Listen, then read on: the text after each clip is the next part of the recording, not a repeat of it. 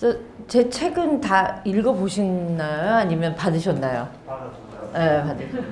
그래서 사실 저는 요새 이번에 제 책이 생각보다 반응이 너무 좋아서 많이들 보셨을 것 같아서 사실 오늘은 저는 좀 왜냐면 이 비비고라든가 마케도라든가 브라운이라든가 이런 얘기는 아마 많이 접하셨을 거예요. 어떻게 했었고 또 아마 유튜브 찾아보시면 그 비비고나 브라우니 스토리에 대해서는 많을 것 같아서 그거보다는 조금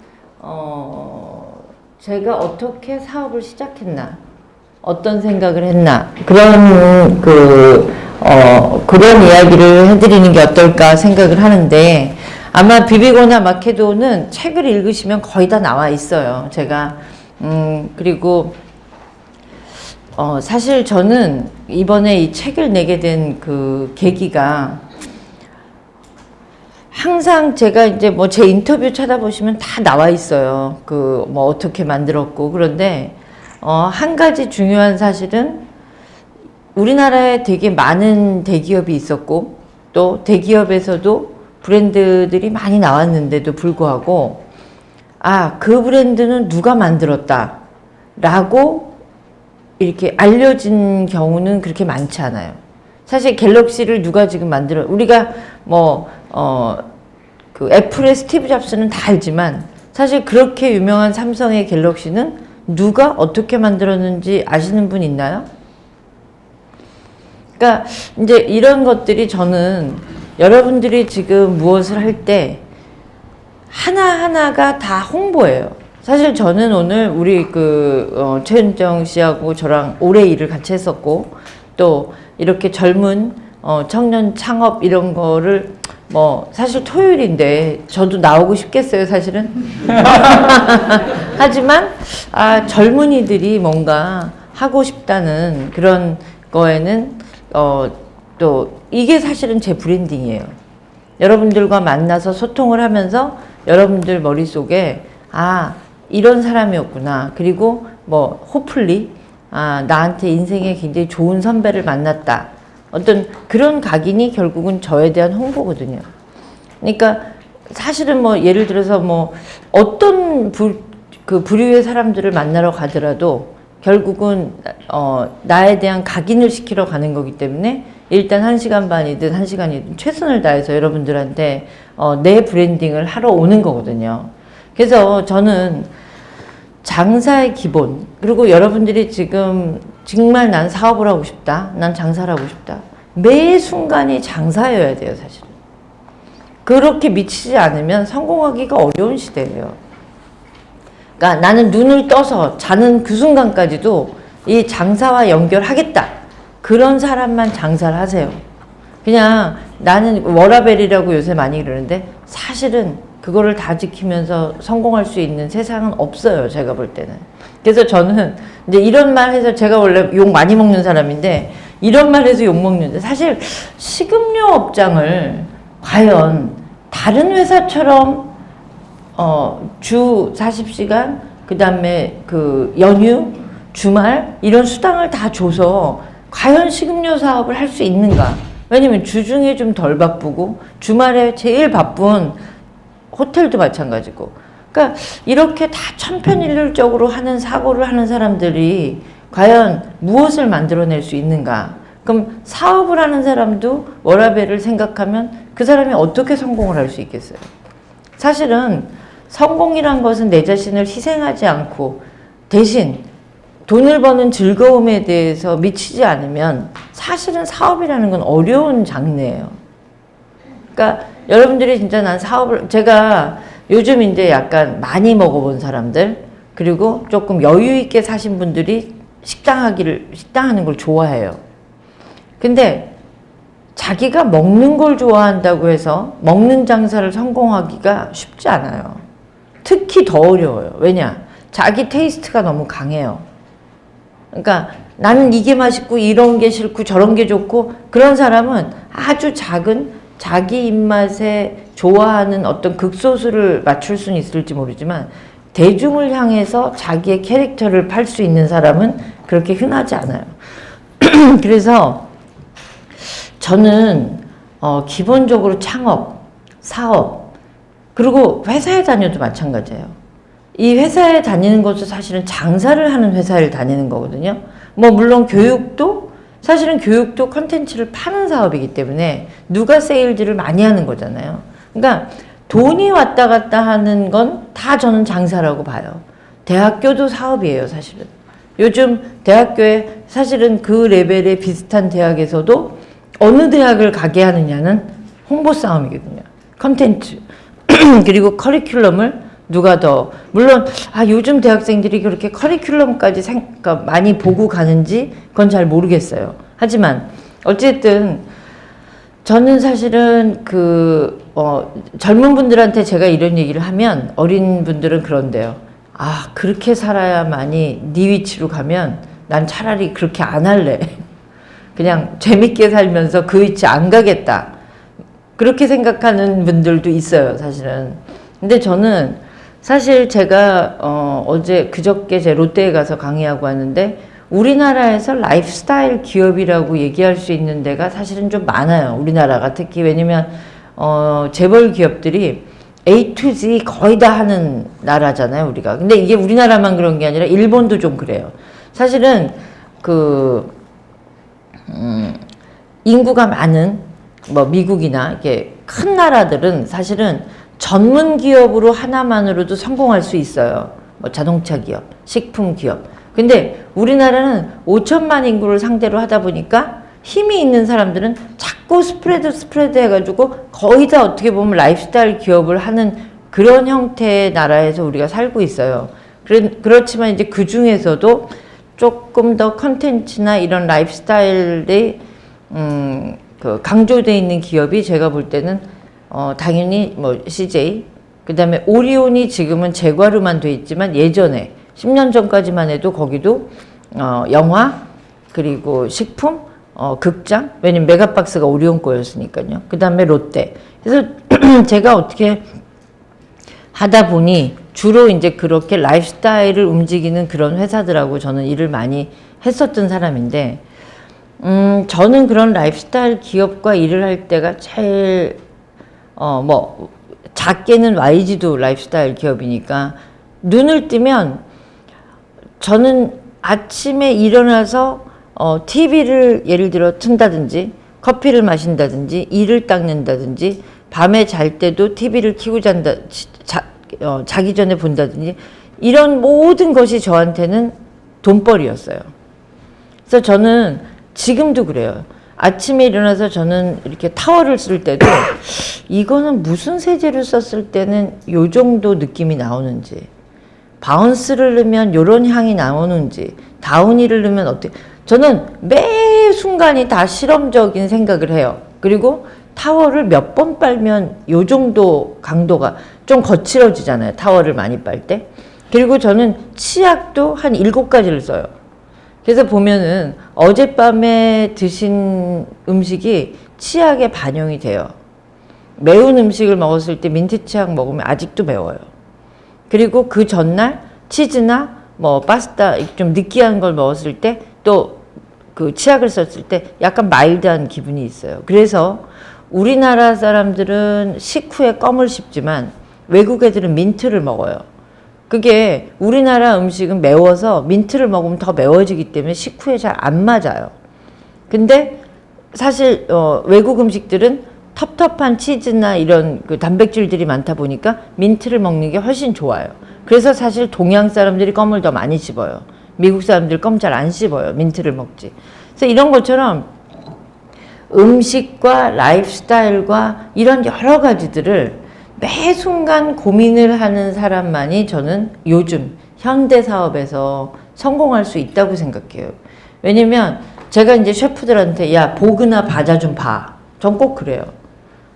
왜냐면 이번 해의 트렌드가 무슨 색깔인지 모르고 셰프를 한다는 건 사실 굉장히 어려운 일이에요. 근데 사실은 셰프들은 그런 얘기를 들으면 피곤하게 이런 걸 우리한테 왜 보라 그래. 근데 요즘은 맛있냐보다 더 중요한 건 사진 찍고 싶어야 돼요. 맛있는 거는 그러니까 식당들을 할 때 대부분 자기의 경쟁력이 맛이라고 생각하는데 눈 감고 먹는 게 아니기 때문에, 눈 뜨고 먹기 때문에 요즘은 사실 비주얼이 훨씬 더 중요해요.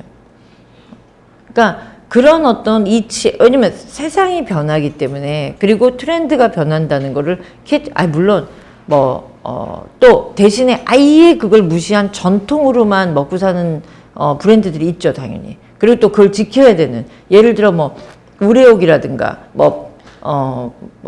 평양냉면이래. 원래 백년가게 이런 데가 또 트렌드를, 근데 그럼에도 불구하고 코카콜라가 트렌드를 안 따라갔느냐? 아니에요.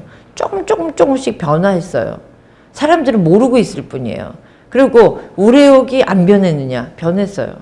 왜냐면 예전 소고기의 사료가 다르기 때문에 그때 육향이 다르고 닭맛도 다르고. 근데 만약에 예전에 그거를 지켰다? 그러면 지금의 우레옥 육수를 낼 수 없어요.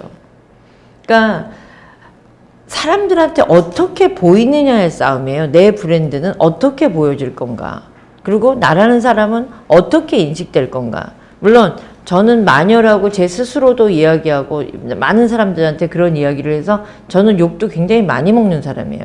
근데 제가 예를 들어 대기업에 정말 노바디였던 사람이 대기업에 임원으로 들어가면요. 그 대기업이라는 조직은 정말 층층시야로 단계별로 올라온 사람들이기 때문에 그 사람들이 일단 이 체질적으로 밖에서 날라온 사람을 인정하기가 너무너무 싫은 거예요. 왜냐? 저기 위치까지 갈 때 우리는 몇십 년을 얼마나 고생을 해야 되는데 왜 저 사람은 밖에서 저렇게 날라와서 꽂히는지에 대해서 그들이 인정하고 싶지도 않고 인정하기 싫은데, 제가 거기서 예를 들어 공손히 여러분 그동안 안녕하셨어요. 여러분들 그동안 너무 수고하셨고 성공하셨고 이 회사에 들어온 게 제가 영광이고 그리고 여러분들은 너무 잘하고 계셨어요. 그런데 그럼 제가 왔으니 우양우 해볼까요? 이러면 너 말 잘했어. 우리 그동안 잘하고 있었거든. 그리고 우리 회사 이런 프라이드인데 네가 뭔데 와서 우양우 해. 이렇게 나와요. 근데 처음에 가서 막 이것도 이제 막 욕하고 지랄하고 이러면 사람들이 야야 쟤한테 걸리면 큰일 난대. 일단 소문이 그렇게 나면 일단 우양우하면 바로 우양우합니다. 그래서 어떻게 보면 저는 방법을 더 의학적으로 빠른 시간 안에 속도를 내야 되기 때문에 그런 방법을 사실은 그것도 저의 브랜딩이에요. 왜냐? 그렇게 하지 않으면 빨리 속도를 내서 내가 왔다는 브랜딩을 할 수 없거든요. 근데 물론 지금 세상에 제 방법이 옳다고 생각하는 건 아니에요.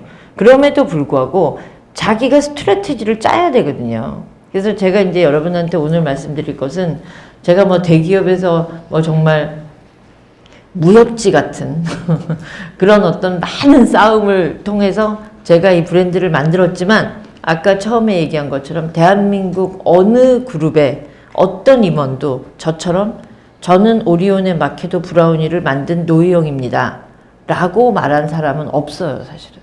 그건 왜냐하면 누구에게 혹시 월권행위로 비춰질까도 무서웠을 거고, 하지만 저는 제가 자신있게 얘기할 수 있는 건, 저는 어떤 프로젝트를 해도 저는 TF팀을 만들어서 R&D, 영업, 마케팅, 그 다음에 판매까지 한 팀으로 묶어주지 않으면 저는 일을 안 했어요. 왜냐? 제가 이제 그 브랜드를 맡게 됐어요. 그래서 저 맡게 됐습니다. 그러면 영업 설득하고 마케팅 설득하고 서로 그 설득하는 시간이 너무 아까워요. 그러니까 저는 임원 다 빼도 좋습니다. 실무진만 과장급이라도 좋으니까 그들을 저한테 묶어주세요. 저희는 팀워크로. 그러니 제가 그 팀워크로 가지고 제가 브랜드를 만들다 보면 정말 엄청난 견제들이 들어와요. 혹시라도 저거 성공하면 저 팀만 뜨지 않을까. 이게 사람이 살다 보면요, 남을 도와줘서 성공시키긴 진짜 어렵지만 남을 망치기는 너무 쉬워요. 그래서 여러분들은 남을 도울 수 있는 사람이 돼야지. 왜냐? 예를 들어서 누가 뭘 물어봤을 때도 그 사람 너무 좋아요. 그 팀 너무 좋아요. 이렇게 얘기하는 거는 흘려듣지만 그 팀에 이런 문제가 있고 이런 문제가 있고 이러면 사람이 자세히 듣게 되거든요. 그렇기 때문에 사실 누구를 도와서 성공을 시키는 일이 쉽지 않아요. 그래서 저는 항상 그렇게 팀워크로 만들어서 저희 팀이 어떤 견제가 들어와도 우리가 힘을 합쳐서 했던 사람이기 때문에 제가 어디 가서도 A to Z. 왜냐? 나는 R&D 맞잡는 것부터 판매하는 루트까지 제가 다 컨트롤하고 성공을 시켰기 때문에 제가 어디 가서도 그 브랜드만큼은 노희영이 만들었습니다 할 때도 사실은 만약에 제가 이런 책을 냈을 때 어떤 거짓이 속해 있으면 솔직히 오리온이나 CJ가 가만히 있겠어요? 기분 나쁘지?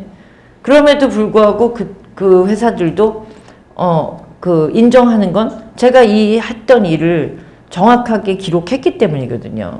그래서 저는 사실은 이 책을 내면서도 여러분들이, 젊은 분들이 기업에 가서도 자기 브랜딩을 하고 나오는 사람들이 있구나. 저런 것들이 만들어낼 수 있는 상황도 생기는구나라는 거를 좀 보셨으면 좋겠고, 그 다음에 이제 다른 건 사실 저는 그동안 많은 인터뷰를 하면서 제 브랜딩을 쌓아온 사람이지만 어느 날 제가 오리온이랑 CJ에서 나와서 다른 이제 일들을 하다 보니 저와 함께 일했던 직원들은 기록이 사라지는 거예요. 그리고 지금 남아있는 자들이 그 성취를 갖게 되거든요. 당연히 이제 그 기록의 역사라는 건 승자의 기록이기 때문에 저처럼 모든 걸 내가 완벽하게 내 브랜딩을 하겠다고 세팅을 하고 시작한 사람 아니고는 거기 브랜딩에 이제 묻혀서 기록이 안 남아서 제가 어느 날 나를 위해 같이 함께 고생했던 그 직원들의 기록을 남겨야 되겠다. 아니면 흐지부지 되겠다. 노희영만 기록되고 그 외에는. 그래서 사실 제가 이 책을 쓰면서 출판사에서 너무 이름 많이 나온다고. 그러니까 왜냐면 제가 그 인터뷰할 때도 항상 저는 R&D 누구와 했고 얘기하지만 인터뷰를 하러 온 기자분들은 저를 포커싱 하기 때문에 제가 했던 말 중에 자기가 쓰고 싶은 말만 쓰는 거거든요. 그래서 제가 이 책에는 나는 이 책을 판매 목적으로 하지 않는다.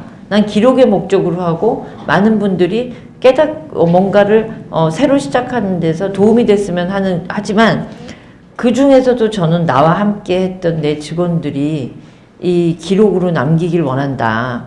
그래서 진짜 그럼에도 불구하고 아직도 못 쓴 사람이 많아요. 왜냐면 이번에 했던 거는 제가 그동안 했던 것들 중에도 이제 아무래도 제가 이걸 판매 목적으로 그래도 어느 정도 세일즈가 됐으면 하는 마음에서 대중들이 많이 알고 있는 그 브랜드를 쓰다 보니까 이제 거기에 협력했던 직원들 이름이 많이 나왔고요. 그 다음에 이제 2부로는 또 이제 제가 E&M에서 했던 여러 가지 브랜드를 쓰려고 해요. 그래서 저는 이런 것처럼 매 순간 장사를 하시는 분들이라면 저는 오늘도 제가 여러분들의 도움을 드리려고 온 사람이지만 이 세상에는 어느 한쪽만 플러스가 되는 관계라는 건 없어요.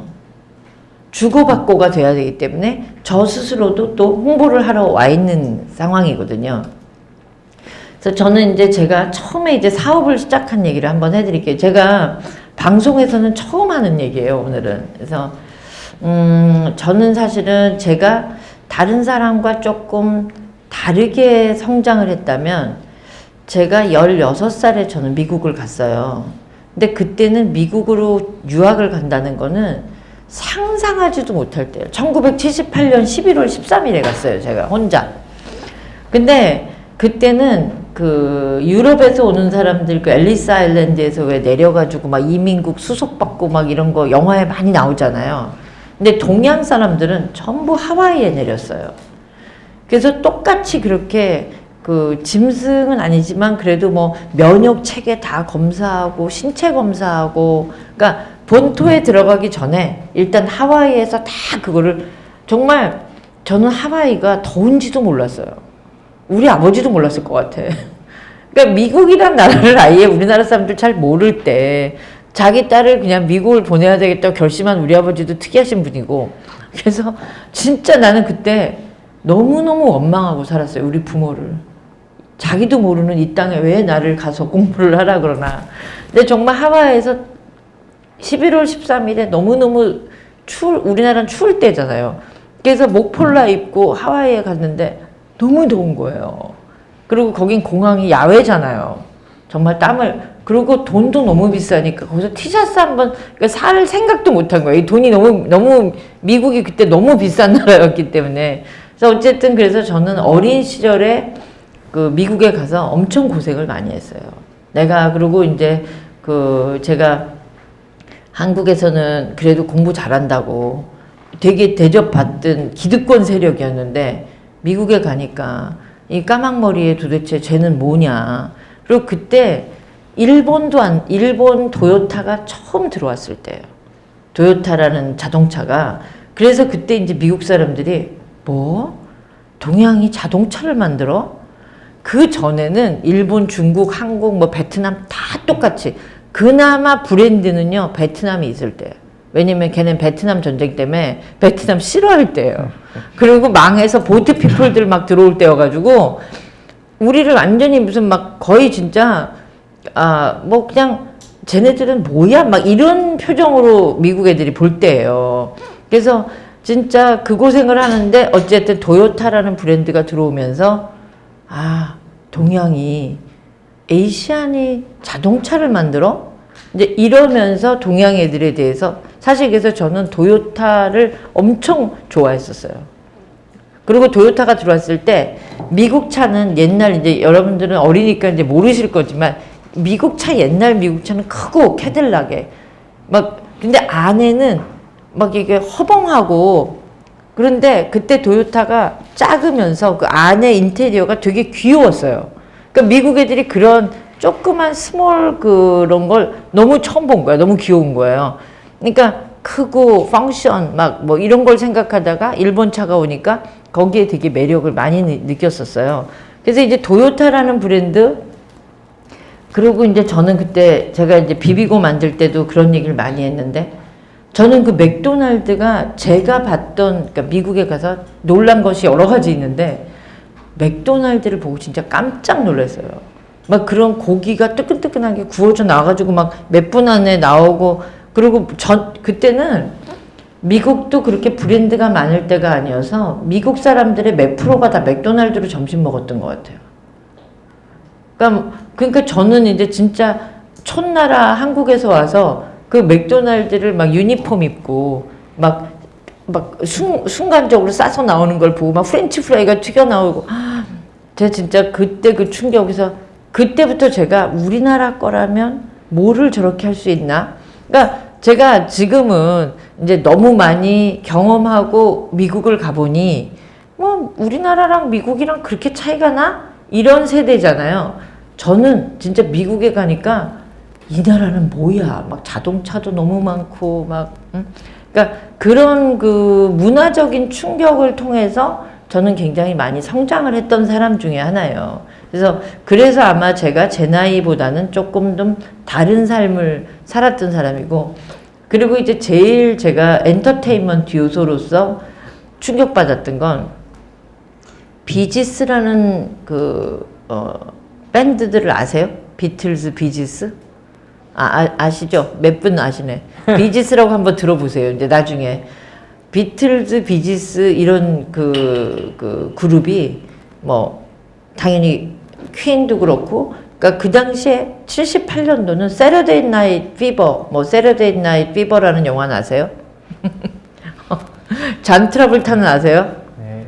그 존 트라볼타가 가장 유명해진 영화가 세러데이 나이트 피버예요. 근데 어쨌든 78년도에 제가 미국을 갔는데 음악은 들어보면 아실 거예요.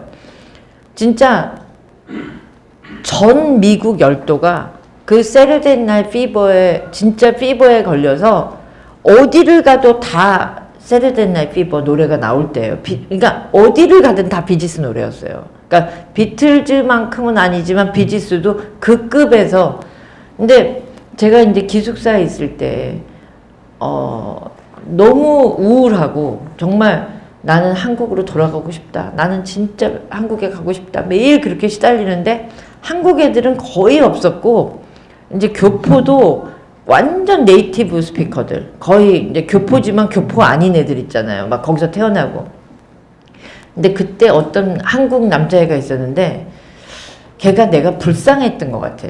남들은 좋아했을 거라는데 좋아한 것 같지는 않고 이렇게 같은 이제 한국 여자애라는 거를 걔도 잘 못 봤던 것 같고 근데 좀 불쌍했던 것 같아. 왜냐면 영어도 하나도 못하고 도대체 제가 어떻게 미국에 와서 공부를 하겠다고 왔는지.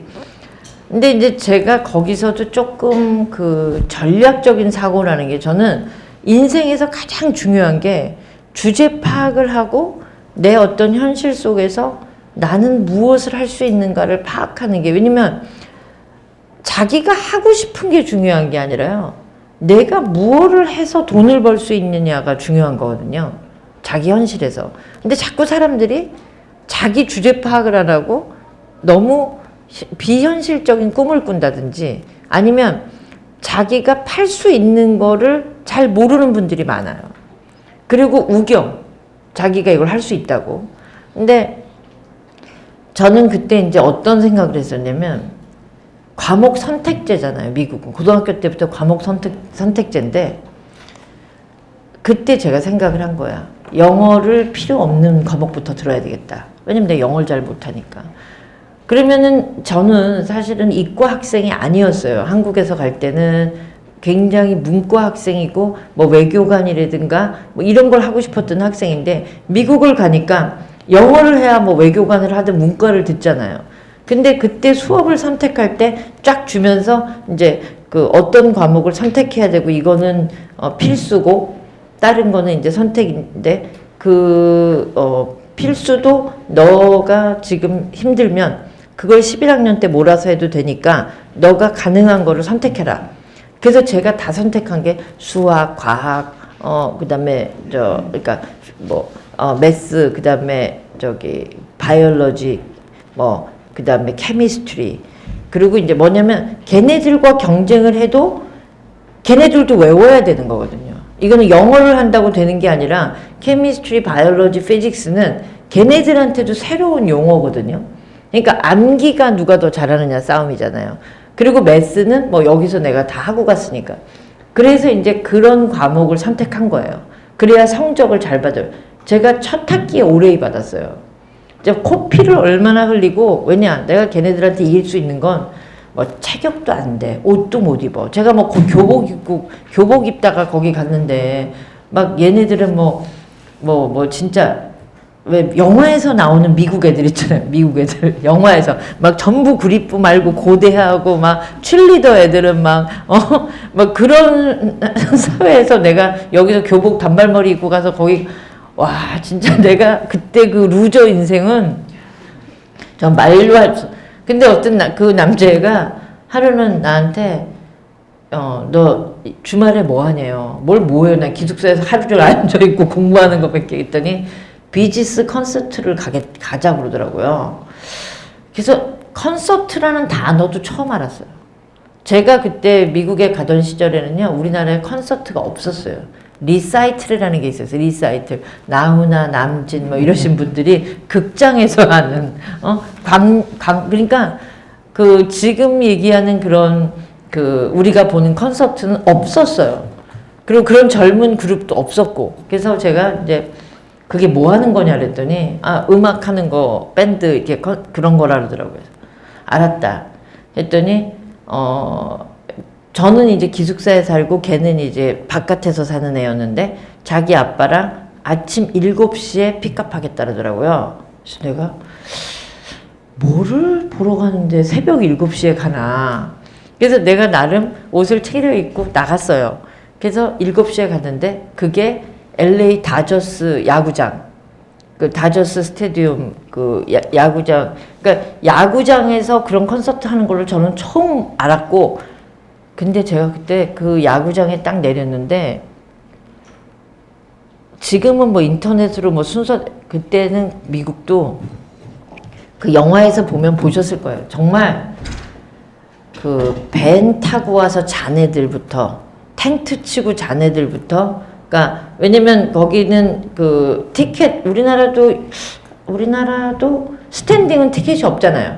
먼저 온 애들이 줄 서서 들어가는 거잖아요. 그러니까 걔네들도 이제 스탠딩인 거예요. 스탠딩 기다리느라고 정말 한 일주일 와서 자네들부터 거기 들어가려고. 막 진짜 거기서 비지스 노래 틀고 진짜 우리는 그때 7시에 갔는데도 저 뒤에 이제 서서 밤 7시까지 기다리는 거야. 정말 땡볕에 나는 이게 무슨 일일까? 얘네들 이게 무슨 미친 애들 아니구나. 그러니까 지금은 여러분들은 다 아무래도 이제 겪어보신 분들일 텐데 나는 그때 진짜 그 충격을 잊을 수가 없어요. 그래가지고 이 밤 7시가 됐는데 한 5시부터 문을 열어가지고 이제 잔디밭에 들어가가지고 이제 준비를 하는 거잖아요. 그래서 5시에 이제 문 쫙 열리면서 막 뛰어 들어가는데 난 진짜 사람들이 막 그때 뭐 전부 마리화나 피고 잔디밭에서 그리고 막 우통 다 벗고 난 진짜 지옥이 따로 없구나. 여기가 바로 여기가 바로 지옥이구나. 제가 진짜 그때 그 충격을 지금도 그리고 저는 그런 스피커를 처음 본 거예요. 막 그냥 산만한 스피커를 앞에서 들으니까요. 나는 그런 충격을 처음 받아보고요. 그 음파 충격을. 그래가지고 나를 뚫고 지나가는 것 같더라고. 그런 소리를 처음 들어본 거예요. 그래가지고 진짜로 그 비지스가 지금은 다 불법인데 내가 그때 사진을 찍어놨어야 되는데 그때는 그런 생각도 못하고 비지스 그 3명인데 지금은 못해요. 지금은 불법이라서 안 되는데 그 당시에는 헬리콥터가 떠서 무대로 들어오는 거야. 한 대씩 타고. 그래서 타타타타타타 하면서 비지스 이렇게 하늘에다 구름에다가 비지스라고 쓰고 그들이 헬리콥터에서 딱 서가지고 그 뭐지 이거 그 밧줄 그 계단 밧줄을 내리고 무대로 다 걔네들이 뛰어내리는 거예요. 거기서 밧줄 타고. 정말 제가 그때 그 환상은 그러면서 이제 음악이 나오는데 정말 거기서 춤추고 걔네들 막 클럽처럼 다 우통 다 여자고 남자고 그 영화에 보면 왜 저 옛날에 집시들 전부 다들 막 그 히피들 그런 것처럼 나는 돌아가야 되겠다 한국에. 나는 이 나라에서 이런 지옥 같은 세상에서는 못 살겠다. 그래서 저는 정말 그런 어려운 청소년 지금 생각해 보면 너무 행복하고 멋있었던 시절인데 나는 그때 너무 불행했어요. 나는 도대체 이 나라에서 못 살겠다. 난 너무 괴롭다. 그러다가 이제 제가 공부를 해서 결국은 이과 학생이 됐기 때문에 어디를 갈 수가 없어서 프리메드를 간 거예요. 그때 제일 유명했던 과가 그 컴퓨터 엔지니어, 컴퓨터 사이언스가 우리 때는 엄청난 과였어요. 그때 그러니까 그 시절 애들이 다 지금 이제 애플을 만들고 이런 시대인데 전부 컴퓨터 사이언스를 가겠다고들 이제 공부 잘하는 애들, 그러니까 학교에서 천재라고 소리 듣는 애들은 다 컴퓨터 사이언스를 가더라고. 근데 그때 제가 컴퓨터 앞에 앉아봤는데 정말 그 당시 우리 컴퓨터는요 산더미 많은 그리고 포트란이라 해서 하루 종일 키펀치라를 그걸 쳐내서 값을 내는데 와, 난 이거 못하겠더라고요. 그러니까 수학만 잘해서 하는 게 아니라 공대 머리는 또 다른 머리예요. 이 IT 하는 머리는 우리가 갖고 있는 이런 그 정서적이나 감성적인 그런 머리를 갖고 있는 애들이 하는 게 아니더라고. 그래서 제가 이제 프리메드를 갔다가 저는 딱 하나예요. 프리메드를 간 것도 제가 많이 계산을 해봤어요. 그리고 저는 미국 교육 중에 가장 멋있는 교육이 뭐냐면 고등학교 졸업할 때 미국 애들은 자기 텍스 계산을 다 해야 졸업시켜요. 그러니까 우리나라는 요새 이제 하죠. 텍스 보고 뭐 그 세금 세무 신고하는 거 다 할 줄 아시죠? 지금 분들은. 근데 미국은 아예 교과 과정에 자기 인컴 텍스 보고하는 수업을 들어야 돼요. 그걸 안 들으면 졸업한 과목이 안 나와요. 그리고 대학을 갈 때도 내가 이 대학을 갔을 때 융자를 얼마 받을 수 있고 또 이 정도 졸업을 하면 연봉을 얼마 받을 수 있고 그래서 이자를 얼마를 갚을 수 있고 이런 계산을 다 시켜요. 그냥 우리나라처럼 무조건 나는 뭐 서울대 무슨 과를 갈래 뭐 어디를 갈래 뭐 이런 게 아니에요. 미국은 진짜 과마다의 그 랭크도 다 다르고 물론 우리나라도 점점 그렇게 돼가는 것 같아요. 근데 어쨌든 돈에 대한 교육을 굉장히 철저히 시킵니다.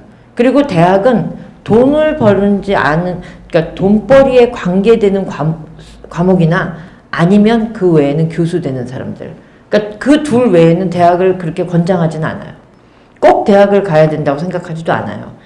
단, 내가 지금 받는, 고등학교 졸업해서 받는 월급보다는 대학을 졸업했을 때, 그리고 내가 대학 학비를 투자하는 만큼 내가 나중에 졸업해서 월급을 얼마 이상 받는다는 그 계산을 해야만이 대학을 가는 거지, 그 외에는 그렇게까지 대학에 연연하지 않습니다. 그래서 저는 그런 교육을 받았기 때문에 내가 프리메드를 하면 4년을 하고 메디컬 스쿨 4년에서 8년을 했을 때 인턴 레지던트 했을 때 돈을 얼마 받을 수 있고, 그런 계산을 다 해봤을 때 컴퓨터 사이언스는 그 당시에 그렇게 명확하지가 않았어요. 앞으로 오는 세상이 어떻게 될지. 그러니까 이게 이제 그러니까 굉장히 앞으로 각광받은 사업이고, 그런데 그때는 월급이 얼마 이 정도로 너무 천차만별이었어요. 그 당시. 그래서 나는 의대 가는 게 훨씬 낫겠다, 이 고생을 하느니. 그래서 저는 프리메드를 갔는데, 사실 제가 그 프리메드를 다니면서 와, 이게 못 해먹을 거구나, 이거. 진짜 직업으로는 선택하면, 직업으로만 보면 의사는 못하는 거구나를 저는 알았어요, 그 당시에.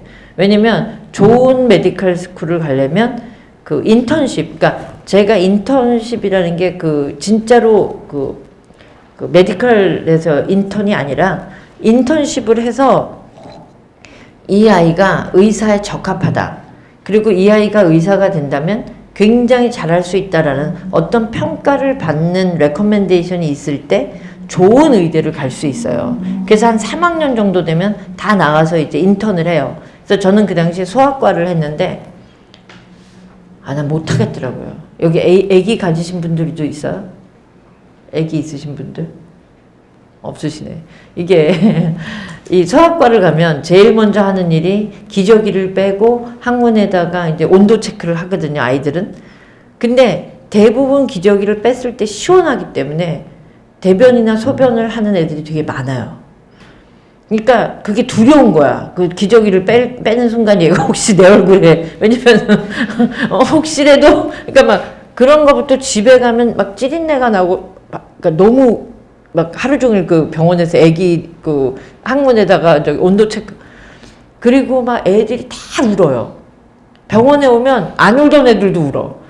그리고 엄마들이, 우리나라 엄마들은 자기가 관찰을 하다가 아기를 데리고 오는데, 미국 엄마들은 대부분 널서리에다 맡겼다가 애가 아프다 그래서 위급해서 데려올 때가 많으니까 엄마들이 막 인사불성으로 막 빨리 해달라고 그러고 막 이러니까, 일단 엄마들 만나는 것도 지쳐, 애들은 울고. 제가 그때 직업으로 못하겠다, 이거. 평생 나 이거 하라 그러면 난 진짜 못할 것 같다, 막 그런 생각이 드는데, 그러니까 미국 교육이 좋은 거는 이 전과나 그 학교 옮기는 게 그렇게까지 까다롭지는 않아요. 우리나라는 굉장히 어렵잖아요, 전과하는. 그리고 학교 트랜스퍼 하는 거 되게 어렵잖아요, 시험도 막. 근데 이제 그때 그래서 제가 나 이거 하지 말고 딴 걸 해야 되겠다. 근데 저는 항상 다른 거를 해야 되겠다 생각할 때도 이걸로 돈 벌 수 있을까를 생각했었어요. 그러니까 내가 이걸 잘할 수 있을까 보다 나는 이걸 잘해서 돈을 벌 수 있을까. 근데 제가 그때 그 팔슨스라는 학교를 생각한 게, 제가 어려서 제가 옷을 좋아하거나 어릴 때는 막 옷을 막 밝히고 사입고 이런 애는 아니었는데, 우리 집 모든 식구가 옷에 아주 난리를 치는 사람들이에요. 우리 아버지, 엄마 뭐. 그래서 우리는 밥 한 번 먹으러 가면 너무 오래 걸려요. 옷 색깔 맞추느라고 서로들 안 나와가지고 정말 옷에 목숨들을 건 사람들이에요. 막 이거 사야 돼, 저거 산다 막. 그래서 내가 나 아무래도 옷 관계 일을 하면 우리 집 식구들을 일단, 너무 어린 마음에 어린 생각을 한 거죠. 그때만 해도 우리 가족들 외갓집 이렇게 해서 옷을 좀 하면 내가 좀 성공할 수 있겠다. 그래서 그러니까 밑도 끝도 없잖아요. 의대 다니던 애가 갑자기 옷을 좋아하는 것도 아니고 내가 옷 장사를 해야 되겠다. 근데 하나 제가 괜찮았던 건, 우리 어머니가 내가 이렇게 엄마 이 옷과 이 옷을 입어. 그리고 내일 학교 올 때는 엄마 이 옷 입고 와. 막 이렇게 내가 코디를 해줬대. 어렸을 때. 근데 우리 엄마가 그게 되게 특이했대요.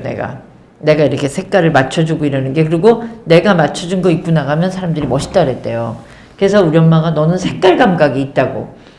그리고 이제 그거를 되게 프라이드를 갖고 내가 패션스쿨, 우리 엄마가 되게 멋쟁이시거든요. 근데 우리 엄마가 인정한 나니까 나 할 수 있겠다.